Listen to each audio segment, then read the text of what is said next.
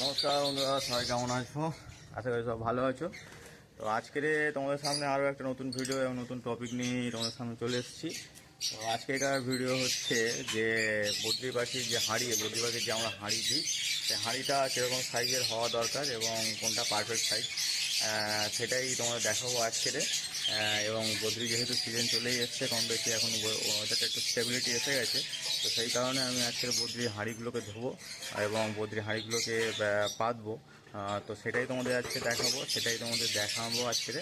তো আজকে ভিডিওটা পুরোটাই দেখো এবং ভিডিওটা দেখে যদি কোনো উপকার আসে তাহলে অবশ্যই আমার চ্যানেলটাকে একবার সাবস্ক্রাইব করে দিও, প্লাস বন্ধুদের সঙ্গে শেয়ার করে দিও। আর যদি ফেসবুক থেকে দেখে থাকো তাহলে অবশ্যই পেজটাকে একবার ফলো করে দিও। তাহলে চলো শুরু করি আজকের ভিডিও। চলো স্টার্ট। তো বন্ধুরা দেখো, এখানে এই হাঁড়িগুলোকে আমি নিয়ে নিয়েছি। এখানে এই হাঁড়িগুলো, এখানে দুটো আছে, এখানে তিনটে আছে, টোটাল 5টা। আপাতত আমি 5টা জোড়াতেই হাঁড়ি দেবো। এর আগে আরও অনেক জোড়া আছে, সেগুলো এখনও যেহেতু ম্যাচুরিটি হয়নি তো সেগুলো দেবো না। এখানে যে 5টা জোড়া ম্যাচুরিটি হয়েছে সেই ম্যাচুরিটি জোড়াগুলোতেই আমি আপাতত হাঁড়িগুলোকে দেবো। তো হাঁড়িটার সাইজ তোমাদের একবার একটু দেখিয়ে দিই। দেখো এখানে হাঁড়িটার সাইজ কিন্তু এই দেখো এখানে এই রকমের, আর তলাটা দেখতে পাচ্ছ, তলাটা দেখো একদম ফ্ল্যাট টাইপের, একদম ফ্ল্যাট। একটুখানি জাস্ট একটুখানি এই যে পোর্শনটা দেখতে পাচ্ছ, এই পোর্শনটা একটুখানি জাস্ট একটু গর্ত আছে, বাদ বাকি পুরোটাই কিন্তু ফ্ল্যাট।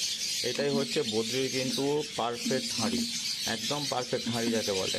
তার কারণ হচ্ছে বদ্রি যখন ডিম দেয়, বদ্রি বেশিরভাগ সময় কিন্তু মোটামুটি 5টা 7টা ডিম দেয়। বদ্রিকে যদি একটু ক্যালসিয়াম ঠিকঠাক খাওয়ানো যায় তাহলে বদ্রি কিন্তু মোটামুটি 7 থেকে 8টাও ডিম দেয় এবং 6টা থেকে 7টাও বাচ্চা তুলে, যদি বদ্রি ঠিকঠাক রেজাল্ট করে। যদি সেই রকম বদ্রি হয় তাহলে 5 থেকে 7টা 8টা পর্যন্ত ডিম দেয়। আমার কাছে কিছু বদ্রি আছে যেগুলো হয়তো 5-7টার পর্যন্ত ডিম দেয় এবং 7টা বাচ্চাই ফোটায়। তো সেই সব বদ্রির জন্য কিন্তু এই হাঁড়িটা পারফেক্ট হাঁড়ি। তার কারণ হচ্ছে আর একটা বাজারে হাঁড়ি পাওয়া যায় যেটা একটা তলাটা কিন্তু ফ্ল্যাট না, একটু গর্ত টাইপের। সেই গর্ত টাইপের হাঁড়িটা হলে কিন্তু ডিমগুলো ঠিক জায়গায় স্টেবিলিটি একদম পুরো ঠিকঠাকভাবে বসবে ঠিকই, কিন্তু যখন বাচ্চা উঠবে, বাচ্চাটা কিন্তু যে একটু বড় হলে একটু ছড়িয়ে ছিটিয়ে থাকবে, সেই ছড়িয়ে ছিটিয়ে থাকতে পারবে না। একটা জায়গায় থাকলে কিন্তু তার মা বাবা খাওয়াতে প্রবলেম হয়। সেই কারণেই কিন্তু ওই এটা ফ্ল্যাট যে হাঁড়িটা নয়, যেটা একটু গর্ত টাইপের হাঁড়ি, পুরোটাই যেমন একটু গোল টাইপের হয়, সেই হাঁড়িটা কিন্তু বদ্রির জন্য একদম পারফেক্ট না। পারফেক্ট হাঁড়ি কিন্তু এইটাই, একটা তলাটা একটুখানি জাস্ট গর্ত মতন হবে আর পুরোটাই কিন্তু ফ্ল্যাট হবে। এই তলাটা তোমাদের আমি দেখিয়েছি, দেখো তলাটা এইরকম। এবার ভেতরটা দেখাই, ভেতরটা দেখতে পাচ্ছ, ভেতরটা দেখো পুরোটাই ফ্ল্যাট। জাস্ট এই পোর্শনটুকুনি, জাস্ট এই মিডিল পোর্শনটুকুনি একটুখানি গর্ত, বাদ বাকি কিন্তু পুরোটাই ফ্ল্যাট। এই হাঁড়িটাই কিন্তু বদ্রির জন্য পারফেক্ট হাঁড়ি। সাইজটাও তোমরা দেখে নাও, এইরকম সাইজটাও কিন্তু বেশ বড় না, একদম ছোটোর মধ্যে সাইজটা। তো এই হাঁড়িতে কিন্তু 5-7টা বদ্রি বাচ্চা তোলার কিন্তু আহামরি কোনো ব্যাপার নয় বদ্রির ক্ষেত্রে। বদ্রি যদি ঠিকঠাক হয়, মাদার পেয়ার যদি ঠিকঠাক হয়, তাহলে 5-7টা আরামসে বাচ্চা তুলে দেয়। তো এই হচ্ছে বদ্রির হাঁড়ি। তোমাদের আমার সাইজটা দেখালাম যে এই সাইজেই কিন্তু আমি বদ্রির বাচ্চা তুলি এবং আমার কিন্তু মোটামুটি 5-7টা বাচ্চা এর মধ্যে আরামসে হেসে খেলে কিন্তু মানুষ হয়ে যায়। তো এই হচ্ছে বদ্রির হাঁড়ির সাইজ তোমাদের দেখালাম। এবার বদ্রির হাঁড়ি, যেহেতু তোমরা বদ্রির হাঁড়ি যদি নতুন পাতো, দেখা যায় হয়তো মার্কেট থেকে কিনে এনে পাচ্ছ, বা দেখা যায় ঘরে আছে, সেই ঘরেটা তোমরা হাঁড়িটা যে ঘরে হাঁড়িটা সেটাও পাচ্ছ। সেইগুলো করার আগে কিন্তু তোমরা মাথায় রাখবে হাঁড়ি কিন্তু ভালোভাবে ক্লিন করে নেওয়া দরকার। তার কারণ হচ্ছে হাঁড়িতে কিন্তু বাজার থেকে কেনা নতুন হাঁড়ি হোক বা ঘরে থাকা যে কোনো হাঁড়ি হোক না কেন, সেগুলোকে কিন্তু মাস্ট ক্লিন না করে কিন্তু বদ্রির হাঁড়ি দেবে না। বদ্রি কেন, যে কোনো পাখির বক্স, নেস্ট বক্স ক্লিন না করে দেওয়া উচিত নয়। তার কারণ তার মধ্যে বিভিন্ন রকম জার্মস থাকে, মাইটস থাকে, প্রচুর সমস্যা থাকে। তো সেইটা যদি ডাইরেক্ট বসিয়ে দেওয়া হয় তাহলে কিন্তু পাখির প্রবলেম হবে। যেমন এই হাঁড়িগুলো দেখছো, এই হাঁড়িগুলো থেকে এই হাঁড়িগুলো কিন্তু আমি একটু ক্লিন করে নিয়েছি, আগেই নোংরা ছিল প্রচুর, জল দিয়ে একটু ক্লিন করে নিয়েছি। আর এইখানে যে হাঁড়িগুলো দেখছো, দেখো এই হাঁড়িগুলোর অবস্থা দেখেছো, ভেতরে পুরো নোংরা, সাইডগুলো নোংরা। এবার তোমরা ভাবছো হয়তো এটাকে একটু ঝেড়ে ঝুড়ে, শুক্তো কাপড় দিয়ে ঝেড়ে ঝুড়ে বসিয়ে দেবে, কিন্তু হবে না। সেক্ষেত্রে কিন্তু পাখির প্রবলেম হবে, যে বাচ্চা হবে, বাচ্চার কিন্তু মাইট লাগতে পারে, বিভিন্ন রকম সমস্যা হতে পারে। তো সেই কারণে বদ্রির হাঁড়ি বা যে কোনো পাখির হাঁড়ি কিন্তু ভালোভাবে ক্লিন করে নেওয়া দরকার। ক্লিন না করে পাখির নেস্ট বক্স বা হাঁড়ি দেওয়াটা একদমই উচিত নয়, ঠিক আছে? তো আমি এই দুটোকে ক্লিন করে নিয়েছি, এইগুলোকেও করবো। তো ক্লিন করার জন্য প্রথমে আমি কিন্তু এই হাঁড়িগুলোকে কিন্তু প্রথমে জল দিয়ে ভিজিয়ে নিয়েছি। এই যেমন জল আছে, জল দিয়ে ভিজিয়ে নিয়ে প্রথমে এই যে নোংরাটা আছে, নোংরাটাকে কিন্তু প্রথমে পরিষ্কার করে নিতে হবে। তো চলো নোংরাগুলোকে আগে প্রথমে পরিষ্কার করে নিই, তারপর তোমাদের দেখাচ্ছি পরবর্তী স্টেপ কী করি এগুলো আরও ক্লিন করার জন্য। তো চলো হাঁড়িগুলোকে দুটো হাঁড়ি ক্লিন করেছি, এই 3টে হাঁড়ি বাকি আছে, তো এইগুলোকে আগে ক্লিন করি, তার পরবর্তী স্টেপ কী করি আমি সেটা তোমাদের দেখাবো। তো চলো আগে আগে আগে এটাকে ক্লিন করে নেওয়া যাক।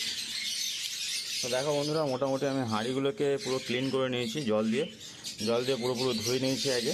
এটাকে একদম পুরো ভেতরে জালি, মানে এই যে আমাদের বাসন মাজার যে জালিগুলো হয়, এই জালি আর দিয়ে মোটামুটি জল দিয়ে মোটামুটি ভালো করে পরিষ্কার করে ফেলেছি। তলা এই সাইডগুলো পুরো পরিষ্কার করে ফেলেছি। তো এইবারে এইটা কিন্তু এখনও পুরোপুরি ক্লিন হয়নি এবং পুরোপুরি এটা জাম্প যায়নি, ঠিক আছে। তো এটাকে একদম পুরো শিওর হওয়ার জন্য কিন্তু এটাকে আরও একবার ক্লিন করতে হবে এবং আরও একবার তোমাদের ভালোভাবে পরিষ্কার করতে হবে। তো সেই ভালোভাবে পরিষ্কার করার জন্য এবারে কিন্তু প্রসেসটা একটু অন্যরকম হবে। তো এটা মোটামুটি প্রথমে একটা জল দিয়ে ধুয়ে নিতে হবে। যে কোনো বক্স বা হাঁড়ি হোক বাজার থেকে কিনে আনার পর প্রথমে ওটাকে ভালোভাবে জল দিয়ে পুরো পরিষ্কার করে নেবে। পরিষ্কার করে নেওয়ার পর তারপর কিন্তু ওটাকে আরও একবার ভালোভাবে পরিষ্কার করার জন্য একটা প্রসেস আছে, সেই প্রসেস তোমার দেখাবো। তো চলো সেই প্রসেস দেখায়। প্রথমে একটু জল নিয়ে নেবে। জল নেওয়ার পর এটাতে কিন্তু একটু সার্ফ, এই দেখো সার্ফ আছে এর মধ্যে, যে কোনো সার্ফ প্রথমে নিয়ে নেবে। সার্ফ হোক, এখানে তোমরা ডেটল ইউজ করতে পারো, ডেটল ইউজ করা যেতে পারে, তাতে কোনো অসুবিধা নেই। আমাকে সার্ফ আছে তো আমি সার্ফ দিয়ে নিচ্ছি। দেখো এটাকে পুরো সার্ফ দিয়ে প্রথমে জলটাকে ভালোভাবে মানে জলের মধ্যে ভালো করে গুলিয়ে নিয়ে তারপর হাঁড়িগুলো কিন্তু তার মধ্যে ভালো করে চোবাতে হবে। এই দেখো এইভাবে ভালো করে চোবাতে হবে, পুরো আগা 5 তলা হাঁড়িটাকে কিন্তু ভেতরে ওপরে বাইরে ভালোভাবে চোবাতে হবে। এই দেখো এই যে ভালোভাবে এইভাবে চুবি নিয়ে একটু নাড়ি চাড়িয়ে ভালো করে এই যে এইভাবে করতে হবে।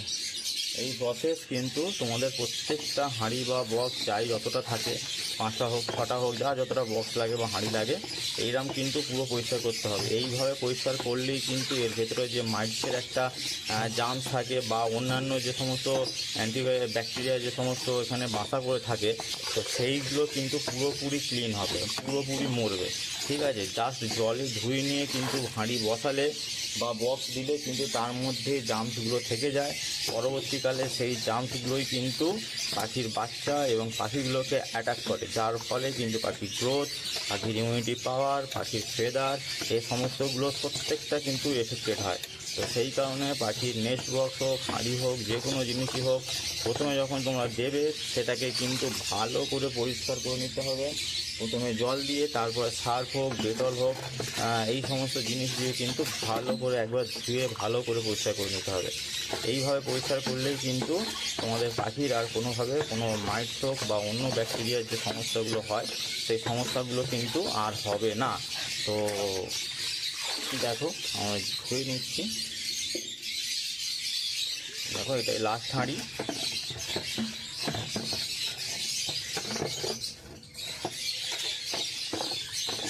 এটাই লাস্ট হাঁড়ি, এই ধুয়ে নিলাম। এরপরে এই হাঁড়ির যে ঢাকনাগুলো আছে, এই যে ঢাকনাগুলোকেও ধুয়ে নেবো।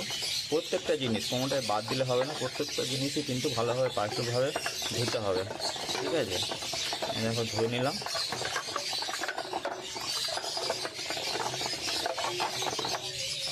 এই ধোয়া হয়ে গেল।